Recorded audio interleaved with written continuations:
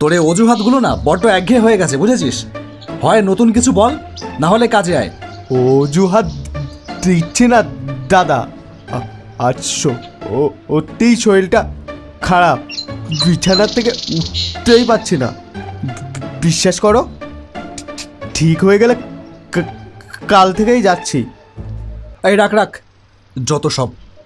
না, এদের নিয়ে কাজ করা যায়? কি ব্যাপার, এত মাথা গরম কেন? মাথা গরম কেন তা তুমি জানো না? আরে ঠিক আছে, কোনো ব্যাপার না, একটাই তো ডেলিভারি বাকি, তুমি নিজেই চলে যাও না। যদি খুব এমার্জেন্সি থাকে তাহলে। এমার্জেন্সি তো বটেই, কাল থেকে ওরা মাইকিং চালু করবে। এদিকে অডিওটা এখনও পাঠাতে পারলাম না। আরে হোয়াটসঅ্যাপে পাঠিয়ে দাও, ওরা ডাউনলোড করে পেন ড্রাইভে ভরে নিক। সেই বুদ্ধি কি আর আমার মাথায় নেই? কিন্তু এই পার্টি অনলাইন পেমেন্ট করতে পারবে না, তাই টাকা যখন গিয়েই নিয়ে আসতে হবে, কাজটাও তখন গিয়ে দেওয়াটাই ভালো, তাই না? কাজ আগে পাঠিয়ে দিলে এরা আবার পেমেন্ট করা নিয়ে ঝামেলা করে। তাহলে যাও, তুমিই চলে যাও। হ্যাঁ, তাই তো যেতে হবে দেখছি। হ্যাঁ, 4টে বাজে, যদি যাও তাহলে এখনই বেরিয়ে পড়ো। শীতের বিকেল, 5টা বাজলেই অন্ধকার হয়ে যাবে। সেই কলম বাগান, যেতে আসতেও তো অনেকটা টাইম লাগবে। ওই দিকের আবার রাস্তাঘাটও তো ভালো নয়। ঠিক আছে, বেরোলাম তাহলে।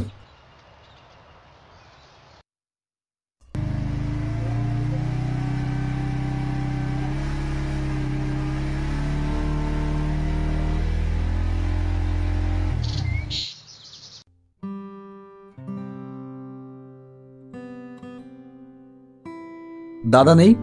না, দাদা তো একটু বেরিয়েছে। কিছু দরকার? হ্যাঁ, তোমাদের অডিওটা দিতে এসেছিলাম। ও, দিয়ে যান, আমি রেখে দিচ্ছি। পেমেন্টটাও কি তুমিই করবে? না না, সেটা তো দাদাই করবে। আপনি পেন ড্রাইভটা রেখে যান না, দাদা এসে পেমেন্ট করে দেবে। ফোন করো। আচ্ছা, করছি। হ্যালো দাদা, ওই অডিওটা ডেলিভারি দিতে এসেছে। হ্যাঁ হ্যাঁ বলেছি, বলছি পেমেন্টটা নাকি এখনই করে দিতে হবে। আচ্ছা, বলছি। দাদা একটু বসতে বললো, আসছে এক্ষুনি। কতক্ষণ লাগবে? তা আধ ঘন্টা ধরে নিন। ঠিক আছে, আমি একটু ঘুরেই আসছি তাহলে। আধ ঘন্টা পরেই আসছি। বেকার বেকার আধা ঘন্টা বসে থাকার কোনো মানেই হয় না, তাই বাইকটা নিয়ে বেরিয়ে পড়লাম। কিছুই না, একটু এদিক ওদিক ঘুরে আধ ঘন্টা সময় কাটানো। বড় রাস্তা থেকে হঠাৎই কেন জানি না কি মনে হলো, বাইকের হ্যান্ডেলটা ঘুরিয়ে বাদিকের একটা গলির রাস্তায় ঢুকে পড়লাম। আগে কোনোদিনও আসা হয়নি এই রাস্তায়, কিন্তু কেন যেন মনে হচ্ছে বারবার যে এই রাস্তাটা যেন আমাকে কোথাও একটা নিয়ে যেতে চাইছে। আমি যেন আমার নিজের ইচ্ছায় এই রাস্তায় আসিনি। এবার রাস্তার ধারের বাড়িগুলো ক্রমশ কমে আসতে শুরু করলো। জনবসতি বোধহয় এই পর্যন্তই। এখন রাস্তাটা যেদিকে চলেছে তার চারপাশে কোনো বসতবাড়ি নেই, শুধু বাঁশবনের ঝাড় মাঝে মাঝে আর ফাঁকা মাঠ। কিসের টানে জানি না আমি এগিয়ে যাচ্ছি ক্রমশ। কোন দিকে যাচ্ছি, কেন যাচ্ছি জানি না। হঠাৎ ফোনটা বেজে উঠতেই আমার চমক ভাঙল। বাইকটা দাঁড় করিয়ে ফোনটা বার করে রিসিভ করলাম। হ্যালো। হ্যাঁ, আপনি কোথায় আছেন? আমি এই তো পাশেই আছি, বলো। আপনি আসুন, দাদা এসে গেছে, আপনাকে ডাকছে। হ্যাঁ হ্যাঁ, আসছি, এক্ষুনি আসছি।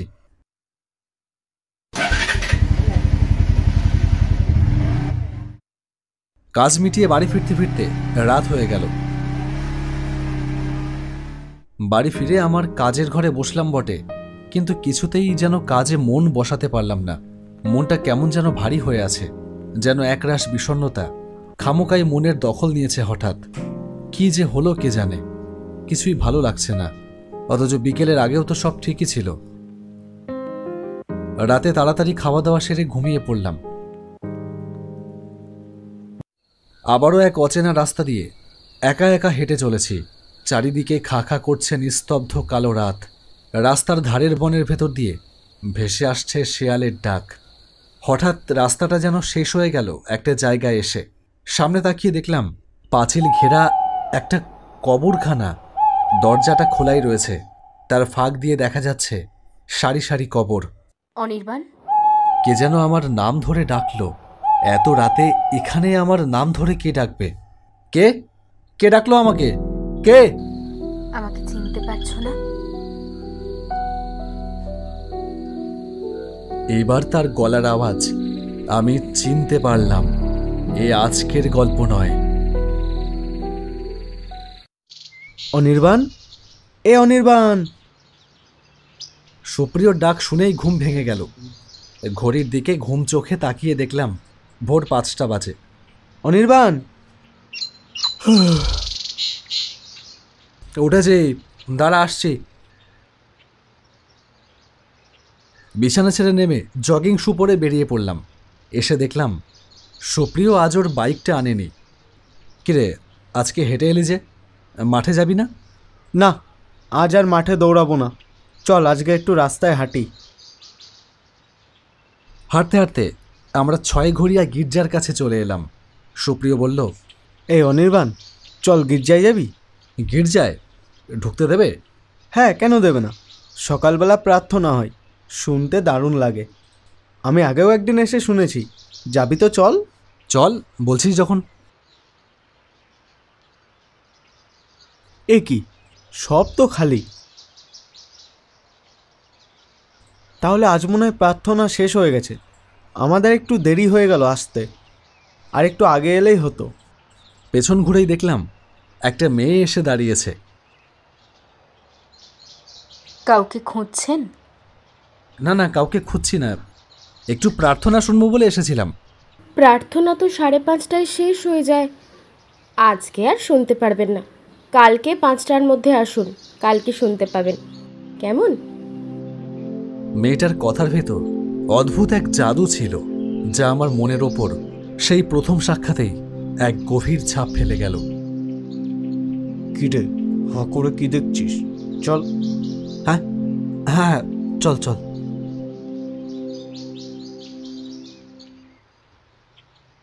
তারপর আমার কি হলো জানি না, কোনো কিছুতেই আর মন বসে না।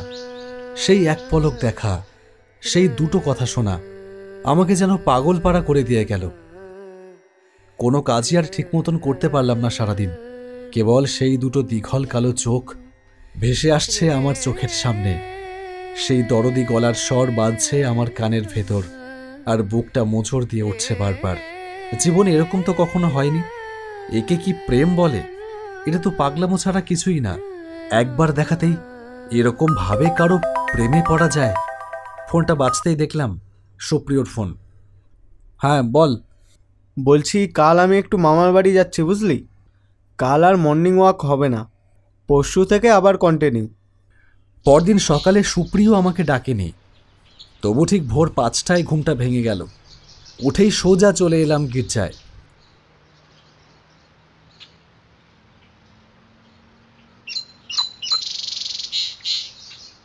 আজকে প্রার্থনা শেষ হবার পর তার সাথে মুখোমুখি দেখা হলো। সেই প্রথম বলল, কি আজ টাইমে এসেছেন তো? প্রার্থনা শুনেছেন? হ্যাঁ শুনেছি। আচ্ছা, কাল আবার আসবেন। এইটুকু বলেই সে পাশ ফিরে চলে গেল। এইটুকুই বা কম কি সে? এই যে এইটুকুর মধ্যে সে আমাকে আগামী দিনের জন্য আমন্ত্রণ জানিয়ে গেল, সেটা কি কম বড় প্রাপ্তি?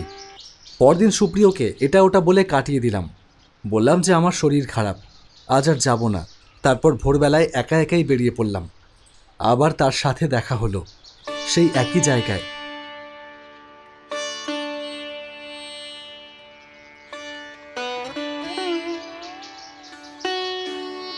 তিন দিন পর একদিন ভোরবেলায় সে বলল, তোমার কি ব্যাপার বলো তো? রোজ রোজ কেন আসো তুমি? কেন আসি মানে? প্রার্থনা শুনতে। মিথ্যে কথা। তুমি তো হিন্দু, তাই চার্চের প্রার্থনায় তোমার আগ্রহ থাকার কোনো কারণ নেই। তোমার নিশ্চয়ই অন্য কোনো মতলব আছে। কি ব্যাপার বলো তো? না হলে কিন্তু আমি ফাদারকে ডেকে সব বলবো। আমি মুখে কিছুই বললাম না। আমার আর কোনো কিছুরই ভয় নেই। মনে মনে বললাম, আমাকে তুমিই মেরে ফেলেছ আজ থেকে 3 দিন আগে। তোমার ফাদার আমাকে আর কি করবে? মেয়েটা বোধহয় আমার মনের কথা শুনে ফেলল। বলল, দেখো, তুমি কাল থেকে আর এসো না। আমি পারবো না, আমি আসবই। কেন বুঝছো না? তুমি যেটা ভাবছো সেটা কোনোদিন সম্ভব হবে না। কেন সম্ভব না? আমি হিন্দু আর তুমি খ্রিস্টান, সেই জন্য? শুধু তাই না, তার থেকে আরো বড় একটা কারণ আছে। কি সেটা আমাকে বলো। দেখো, আমি আর বেশি দিন বাঁচব না। আমার আমার ক্যান্সার ধরা পড়েছে। তাই শুধু শুধু এই দুদিনের জন্য আমি কোনো সম্পর্কে জড়াতে চাই না। না না, এ তুমি কি বলছো? হে, হতে পারে না। বিশ্বাস করো আর না করো, তুমি বিশ্বাস না করলে তো পুরো রোগটা মিথ্যে হয়ে যায় না। কি ব্যাপার? কি হচ্ছে এখানে? জেনেফা, এ কে? চিনি না ফাদার, দেখুন না, আমাকে কি সব উল্টোপাল্টা কথা বলছে তখন থেকে। চার্চে ঢুকে অসভ্যতা করছো। তুমি জানো তোমার কি শাস্তি হতে পারে? ফাদার, আমি একে ভালোবাসি, আমি একে বিয়ে করতে চাই। Shut up, just shut up, wait. Hello police station. আমার 7 দিনের জেল হয়ে গেল। জেল থেকে বেরিয়ে ভেবেছিলাম আবার যাব গির্জায় প্রতিশোধ নিতে, কিন্তু আর যাইনি। সেদিন আমি ফাদারকে ওভাবে না বললে, আর যদি তোমার ওই শাস্তিটুকু না হতো, তাহলে তোমার মোহ মুক্তি হতো না। তুমি আমাকে ক্ষমা করো। কিন্তু তুমি এখানে? আমি সেদিন তোমাকে মিথ্যে বলিনি, সত্যি আমার ক্যান্সার ছিল। ওই চার্চ থেকে আমাকে বাড়িতে পাঠিয়ে দেওয়া হয়। এখানেই আমার বাড়ি, আর এই কবরখানা আমার চিরকালের বাড়ি। তার মানে? মানে আবার কি? আমি মারা গেছি আজ থেকে 3 বছর আগে। না না, এ তুমি কি বলছো? হে, হতে পারে না, এ হতে পারে না জেনেফা। এই তো তুমি দিব্যি আমার সামনে দাঁড়িয়ে আছো, আমার সাথে কথা বলছো। কেউ তোমার সামনে দাঁড়িয়ে নেই, কেউ তোমার সঙ্গে কথা বলছে না। সবটাই মায়া। এই মায়াই তোমাকে এই পথে টেনে এনেছে। এই মায়া বড় খারাপ জিনিস। ভালোবাসা ছিন্ন ভিন্ন হয়ে যায়, মায়া থেকে যায়। যাও, চলে যাও, আর এখানে এসো না, যাও। না জেনেফা, জেনেফা, জেনেফা! ঘুম ভেঙে জেগে উঠলাম বিছানায়। হে, সব কি দেখলাম? জেনেফা! হন্তর্দন্ত হয়ে বেরিয়ে পড়লাম।